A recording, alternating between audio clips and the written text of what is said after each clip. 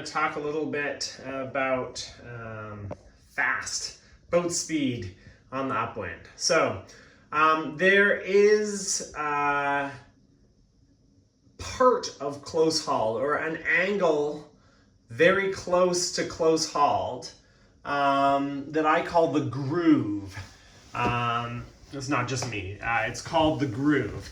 And when you are at the perfect angle, you get significantly more power than if you're very close to the groove and it looks like you're going upwind, but you're usually just a little bit too close to the wind. So I've drawn that if the wind's coming from the black arrow direction, I've drawn our normal sort of lazy close hauled angle in green here, and I've color coded it. You can often recognize maybe you're not heeled this much, but your boat's a little bit heeled, your shoulders are sagging in a little bit, maybe your knees are folding up a bit, you're too close to the wind. Now if this boat bears off just a little bit, they get way more power in the sail, in the boat. So this person has to hike a whole bunch more to flatten that boat 5 or 10 degrees further when it is pointed further away from the wind. So this is sort of lazy sailing. This is putting the bow down. That means putting the bow down off the wind, away from the wind a little bit. So if you're sailing with this much heel or a little bit less heel than this and you turn downwind, you can really feel the pull on the tiller, because suddenly you have to pull really hard on the tiller to keep the boat going straight. So then you want to press the boat flat so that there's less feel on the tiller. If you get the boat totally flat like this, the tiller is still going to be pulling on you a lot less than if it were heeled. Still going to be pulling on you because the sail is over to this side of the hull. So a laser is inherently unbalanced that way. Even when you're in the groove, there's going to be a little bit of pull on the tiller. You actually need to heel the boat to windward to get neutral helm, to get neutral feel on the tiller. But I'm not recommending that. That's an interesting exercise to do, but let's not do that for now. So in light wind, you want to start like this and bear off until you feel that groove, that extra power, and then you want to press the boat flat. You want to be very careful in light wind not to go past the groove. You still feel power in the sail, but you start to stall. The flow no longer attaches to the sail. So you want to get to the most power that you feel and not go any further than that. If you go further than the groove, you have to sheet out a little bit. See here I have the sail block to block, pulled in all the way. If you go past block to block, you have to sheet out a little bit. So in heavy wind, this can actually be quite fast. So you can go below what I would call the groove, or at least go really into that power. But you wouldn't do that with your sail tight. You just can't. Like you'd have to hike too hard in overpowered conditions. By definition, if you go below close hauled, you can't hold all that power. So you have to do something with it. You have to ease the sail a little bit. The other thing you can do is flatten your sail out so that you are able to go further down into the power below the groove.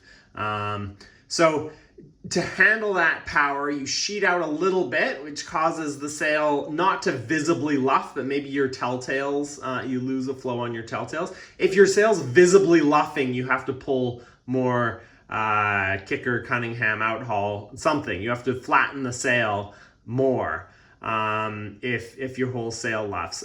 So I just want your telltales to lift a little bit. You go below the groove, and that lets you accelerate. If you're hiking as hard as you can and you're sheeting out, the boat really will accelerate, but it can only accelerate so much, And as you can see, this red angle is going significantly further off the wind. It's not making as good ground downwind. And that speed doesn't usually pay for itself. You usually have to take that speed and then head up. Take that speed and then head up. Take that speed and then head up. So that's sort of speed mode or footing mode. The other way to do it is if you're too high, you bear off, and then when you feel the power, you press it flat and you try to hold it as long as possible. So these, I've sort of said that down here. So you accelerate, then head up for speed mode. And then maybe for lighter wind, you would start in the green, start a little bit too high, bear off, and then press. And as soon as anything goes wrong, you need to reset.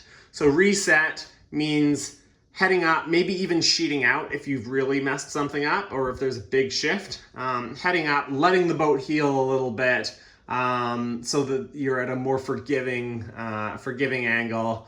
And then start bearing off to find that groove again. So heeling the boat over is more forgiving because if you rock to windward, the boat tends to bear away. You tend to lose flow on your sail. Everything gets very confusing when you heel to windward. So only get the boat super flat when you know that you're right in the groove. So if you're below the groove, you're going low for speed and power, then you want to, I've tried to draw this boat with a little bit more heel than that boat, less heel than that boat. That boat's doing it wrong, essentially. But you want a tiny bit of leeward heel so that if for a second the boat accidentally over flattens, like maybe you get a knock, or a motvrid, a header. So if you get a header, the boat's going to want to flatten because suddenly the sail's luffing. So then you can hop your weight in without getting the boat past flat. If that boat heels to windward, and I see this quite a bit in heavy air, if the boat comes to windward, you lose 3 boat widths right away. Like the boat rolls to windward, bears off, and then regains speed over here.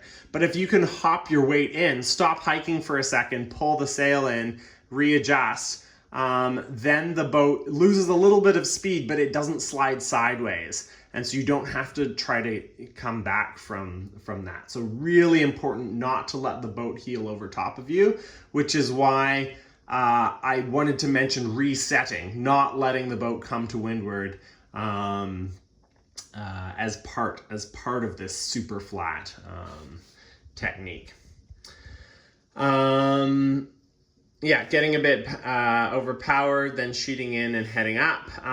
So if you're doing this one, you're going in speed mode, you're hiking really hard, maybe you sheet the sail out, sheet it back in, sheet the sail out, sheet it back in.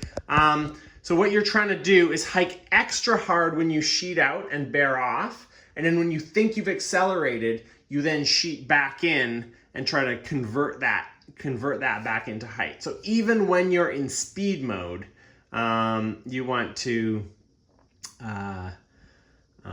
sheet in and head up again, just to convert that speed into a better direction.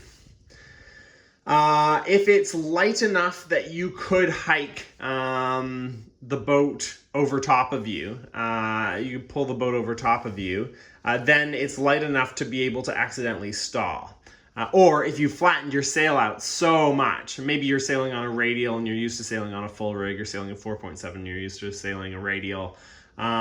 If the sail is not powered up enough, it's possible to stall, and if you lose flow on the leeward side of your sail, you have to reset now. You actually want to sheet out and head up at the same time to go from stalled to luffing, and then find the groove again from the green. Find the groove from luffing.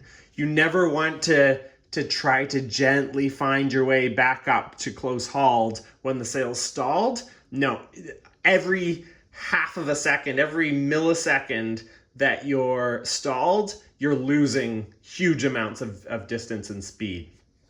So in medium and light wind, it's incredibly important not to have the sail pulled in too tight for your angle, or to be too far away from the wind for the wind direction. So that one's critical. Shifts can cause that. If the wind suddenly backs, the wind gives you a lift, you want to sheet out immediately so that you don't stall. So you could be, maybe you were even at this angle and then you get a big lift, suddenly you're this boat. You want to hike really hard and sheet out until the boat accelerates, and then you sheet in and head back up again.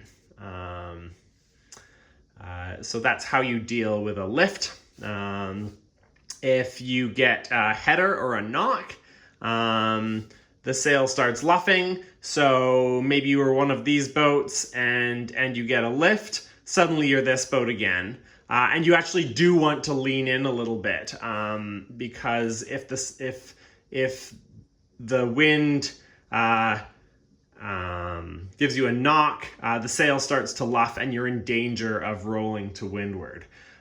So your reaction is to hop into the boat and then bear off and find that nice groove again, if you get a header. So that's headers and knocks. In a lull, you're also in big danger. So you can just imagine this boat, a lull comes and they almost land in the water. So you have to jump in an exaggerated amount into the boat when a lull comes.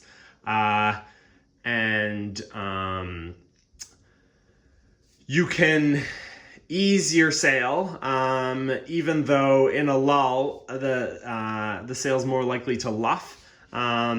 The reason I don't say that you should tighten your sail when a lull comes is that when you lose wind, it's easier to stall, and stalling is death. It's actually better if you get a lull, you hop into the boat, ease the sail, bear off, and try to be this boat again. Try to bear off until you have a little bit of speed. Maybe the lull is too big of a dead wind patch to get yourself hiking, but you can still bear off past close hauled, sheet the sail out, and then head up and find your best angle again. But yeah, if you get a lull, you don't want to just hammer that sail in tight. That can really lose the flow. And then in a gust, again, it's just like this one. So the gust hits, you want to hike extra hard and sheet out. You don't just want to sheet out, or you won't accelerate enough. You don't just want to hike, unless it's a very small. If it's a small enough gust that the leech will just sort of pop and then come back, then that's fine. But if it's a bigger gust, if it's a gust that will affect the heel of your boat, you want to sheet out. It's much better to sheet out and sheet back in than to have the hull heel at all. So a lot of you can think of speed as not coming from your sail, but actually coming from your centerboard, because everyone knows how to tune their sail, how to trim their sail, but it's very difficult to keep good, consistent flow on your centerboard. So to give your centerboard a chance to work really well, you need to keep the hull consistent. Maybe I shouldn't have pointed at this one. Consistent. It's hard to keep this super flat boat consistent. It's on the edge of falling to windward, but this boat you can keep very consistent. And actually some sailors, especially master sailors, get very good. So they don't hike hard, but they get very good at keeping the centerboard very consistent, keeping the hull very consistent by sheeting and steering perfectly. So they can make even a heeled boat go pretty fast. But there's more potential in an almost flat boat. So if you can keep an almost flat boat very, very consistent, that's perfect.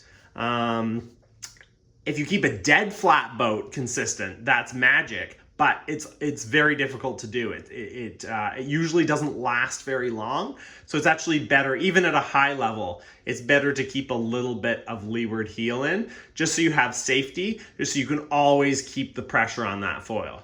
But you can imagine that if the boat heels to windward, you lose grip on the centerboard as you heel back again. And so that you just lose so much. So through the gusts and through the lulls and through the shifts, you want to do whatever you can with your body, with the steering, with the main sheet, to try to keep the hull totally level, to keep the centerboard totally even, because the longer you can keep the centerboard even, the more it starts generating lift. You don't actually climb to windward, but it feels like you climb to windward because everyone else with their boats that are sort of heeling over and flattening again slide sideways.